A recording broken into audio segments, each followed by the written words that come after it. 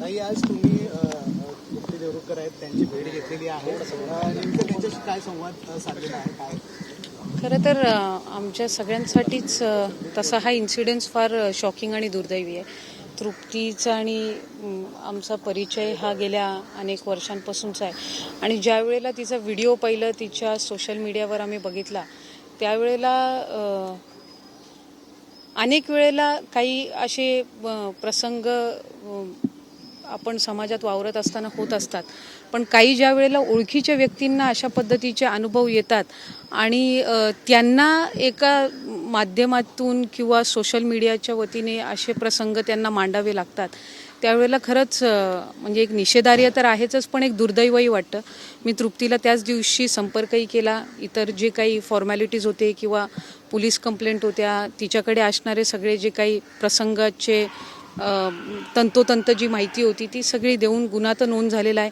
महिला आयोगनी सुद्धा या संदर्भातली दखल घेतली आहे. महिला आयोगाच्या अध्यक्षांसोबत सुद्धा मी लगेचच त्यावेळेला कॉन्टॅक्ट केला आणि मला असं वाटतं की तिच्या माध्यमातून या अतिशय गंभीर आणि महत्त्वपूर्ण जो हा प्रसंग आहे, जो कदाचित तिच्या आधी अनेकांना अनुभव आला असेल, पण असंच असतं असं समजून त्यांनी याच्याकडे दुर्लक्ष केलं असेल किंवा त्यांचं इतकं धाडसही नसेल झालं, पण तिने ते धाडस केलं. तिच्या सोशल मीडियाच्या माध्यमातून तिने ते मांडलं, तिचा अनुभव सांगितला. प्रसारमाध्यमांनी सुद्धा त्याची दखल घेऊन जास्तीत जास्त लोकांपर्यंत ते कसं पोचेल, म्हणजे गेल्या 2 दिवसांपासून तिच्या सहित आम्हाला अनेक जणांना असे मेसेजेस येतात की आम्हालाही या पद्धतीचे अनुभव आले आणि आम्ही त्यावेळेला काही बोलू शकलो नाही. तर त्यामुळे मला असं वाटतं की शासन म्हणून या संदर्भातली गंभीर दखल घेऊन जे आपल्या हक्काचं आहे ते आपल्या हक्काचंच आहे. आपण काही कोणाचे उपकार मागत नसतो किंवा काही हे नसतं. त्यामुळे ती तिच्या ऑफिशियल तिथं याच्यासाठी गेलेली होती, कारणही तिला विचारलं नाही, फक्त मराठी आहे, महाराष्ट्रीयन आहे म्हणून अशा पद्धतीची वागणूक जर एका कुठेही मिळत असेल तर ती निश्चितच आपल्या सगळ्यांनाच राग आणणारी आहे आणि यावर शासन म्हणून आज जे संबंधित ज्यांनी तिला तशा पद्धतीची वागणूक दिलेली आहे त्यांना तर कडक शासन होईलच, पण शासनाच्या वतीने काही नियमावली निश्चितपणाने करण्याची सुद्धा गरज आहे आणि ती एक महिला म्हणून किंवा एक मराठी व्यक्ती म्हणून मला वाटतं आपण सगळ्यांनी एकत्रितपणाने जर केली, एक लोकप्रतिनिधी म्हणून आम्ही सगळे सुद्धा करूच आणि नक्कीच यावर एक कडक शासन आणि उदाहरण जिथपर्यंत आपण ठेवत नाही तिथपर्यंत असे प्रसंग थांबणार नाही. पंकजा मुंडेंसारख्या नेत्याला देखील याला सामोरं जावं लागलं. त्यांनी काल तसा व्हिडिओ व्हायरल केला होता की मला देखील असा अनुभव आलेला आहे. हे वाढत चाललं मुंबईमध्ये अशा प्रकारचं.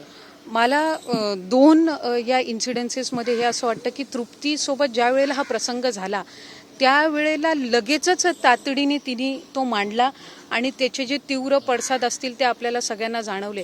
त्याच्यामुळे ज्या वेळेला आणि मी मगाशी उल्लेख केल्याप्रमाणे आत्ता अनेक आपल्याला मेसेजेस येतात की अशा एरियामध्ये म्हणजे मुलुंडमध्ये असेल, ईस्टमध्ये असेल, वेस्टमध्ये असेल किंवा मुंबईच्या इतर भागांमध्ये आम्हाला त्यावेळेला असे अनुभव आले होते.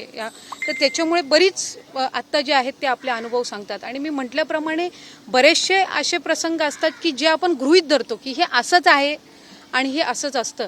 तर मला असं वाटतं की त्यावेळेला म्हणजे जे आज तृप्तीने धाडस दाखवलं तर तसं या अनुभवातून कुणी जाण्याची आणि गप्प राहण्याची गरज नाही. ते जिथपर्यंत आपण मांडत नाही तिथपर्यंत त्याच्यावर तोडगा किंवा त्याच्यावर शासन काही करू शकत नसतं. त्यामुळे आज ज्या विषयाला तिने तिच्या माध्यमातून तिच्या अनुभवातून वाचा फोडलेली आहे, मला वाटते नक्कीच आपण मराठी माणूस म्हणून एकत्रितपणे या संदर्भात एक ठोस भूमिका पुढच्या कालावधीमध्ये बजाव. ज्या पद्धतीची कलमं लावण्यात आलेली आहेत ती अगदी सॉफ्ट आहेत, म्हणजे तसं बघायला गेलं तर या संदर्भात काहीतरी ठोस जे आहे असं कायद्यामध्ये करण्यात यावं अशी मागणी असणार आहे का?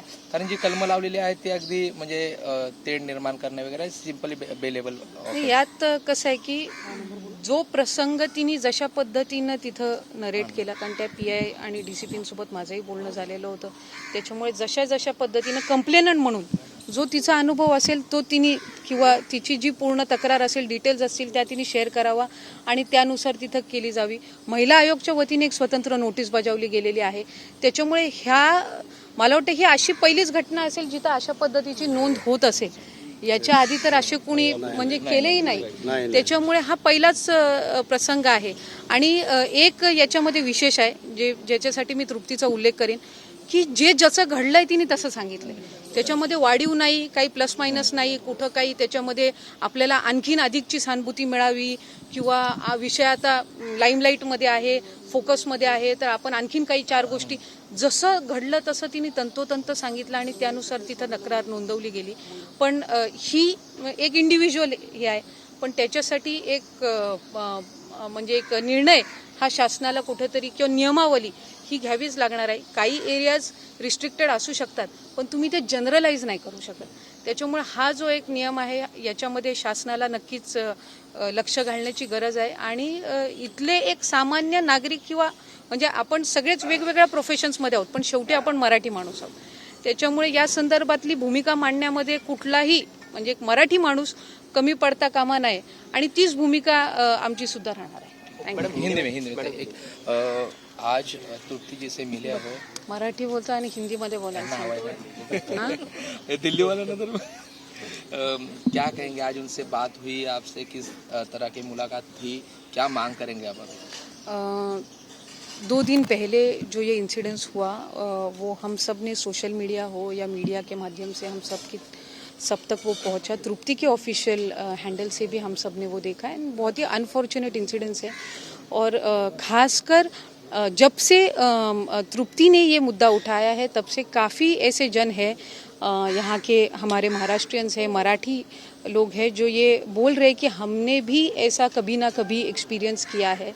और मुझे लगता है कि तृप्ति ने ये जो मुद्दा है ये उठाकर कहीं ना कहीं जो महाराष्ट्रियंस है, जो हमारी महाराष्ट्रियन लोकेलिटी है, मराठी मानुस जिसे हम बोलते हैं, तो उनके जो डे टू डे लाइफ में जो इंसिडेंसेस आते हैं उसमें से एक बहुत ही ज़्यादा महत्वपूर्ण मुद्दे को उन्होंने फोकस किया है. इंसिडेंट्स बहुत ही अनफॉर्चुनेट है, लेकिन मैं तृप्ति के साहस को और उसके जो इंटेंशन है उसको यहाँ पर मैं कॉन्ग्रेचुलेट करना चाहूँगी, क्योंकि उसके इस एक जो इंसिडेंट्स ने और जो उसने निर्णय लिया कि ये हमें लोगों तक पहुँचाना चाहिए, किसी ने तो ये मुद्दा उठाना चाहिए, और उसने ये पहली पहल की है. और उससे काफ़ी जनों ने जिन्होंने ऐसे एक्सपीरियंसेस किए हो वो हम तक अभी पहुंच रहे कि हमने भी ये पहले एक्सपीरियंस किया है. तो गवर्नमेंट की तरफ से निश्चित रूप से हम सम्माननीय मुख्यमंत्री महोदय और दोनों उप मुख्यमंत्री महोदय से भी हम विनती करेंगे कि ऐसे इंसिडेंसेस आगे ना हो, या कुछ रेगुलेशंस या रूल्स होने चाहिए. किसी को भी हम कास्ट, क्रीड, कम्युनिटी के वजह से हम डिक्लाइन नहीं कर सकते, ये तो हमारा मूलभूत अधिकार है. तो निश्चित रूप से हम इस मुद्दे को ज़्यादा से ज़्यादा प्रायोरिटी कैसी दी जाए, इस बात के लिए गवर्नमेंट को इंसिस्ट करेंगे.